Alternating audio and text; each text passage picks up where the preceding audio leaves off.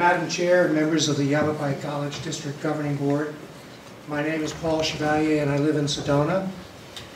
Today I'm here on behalf of the Yavapai College District Governing Board Advisory Committee for the Verde Valley, and that's a long name. I'm here to do three things: to summarize the meetings we have held since December, to make a request of the Governing Board, and to provide a recommendation to you from our committee.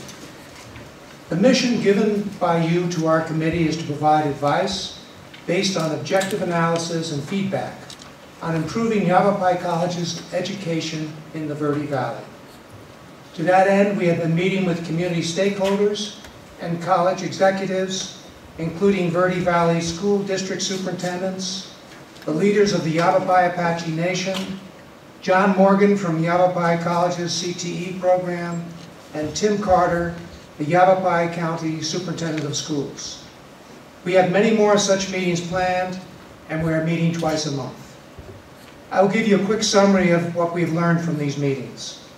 The stakeholders with whom we have met believe that not only could and should the college do a better job of providing education in the Verde Valley, but some stakeholders, for example the school districts, need to coordinate better from their end with the college to achieve maximum results. We have heard recurring themes. One major theme that has emerged is the need for the college to do a better job of student recruitment by better building awareness of the availability and advantages of the college, starting with third graders and continuing each and every year thereafter.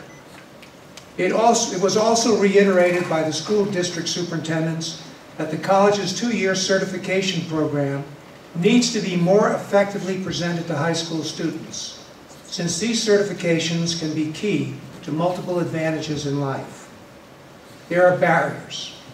It was repeatedly stated that there are several kinds of barriers that must be overcome for the college to do an effective job, and some of those are outside the college's control. An example of a barrier is the availability of student transportation, its expense, and the length of time it takes to travel to school. Transportation across the mountain for the vast majority of students is an insurmountable barrier, which again highlights the need for more educational opportunities being available on this side of the mountain. Transportation within the Verde Valley is a barrier too, although a lesser one. To address it, several thoughtful suggestions have been made to our committee and will be studied by us. In time, after more facts have been gathered and analyzed, we'll make recommendations to you on this subject. Our committee's overall plan is to continue gathering information from a wide variety of sources on all aspects of the issue of improving Verde Valley Yavapai College education. We will seek information from stakeholders, governing bodies of the Verde communities, the public, and of course, Yavapai College. We're going to study barriers that get in the way. We will suggest solutions to you that may overcome the barriers that we find. Presenting a wish list to you is just not enough. All this will take time. To move as quickly as possible, we intend to make recommendations on particular issues one at a time so that the process of positive change can move quickly.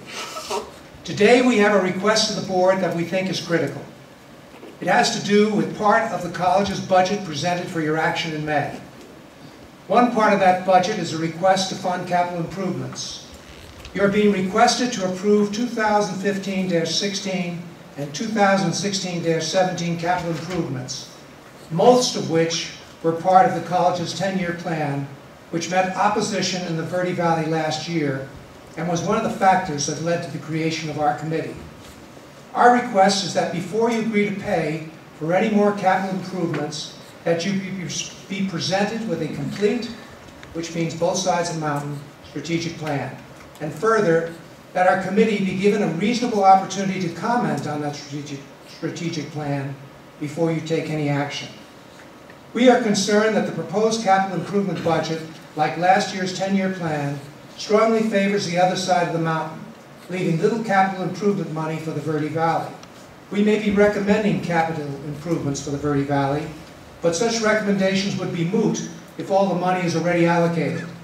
We also want to have the opportunity to study whether some of the major capital improvements proposed in the 10-year plan for the other side of the mountain might be better put in the Verde Valley. This is why a strategic plan for both sides of the mountain, with our comments about it, should be submitted to you before you approve any more capital improvements. In addition to our request, our committee has its first recommendation. We have heard from John Morgan and others that the Yavapai College enrollment in the Verde Valley keeps going down. But we have also heard from stakeholders that many Verde Valley high school students do not know or barely know about Yavapai College and what it offers. As a key part of the solution to this problem, we recommend that Yavapai College redirect its recruitment program.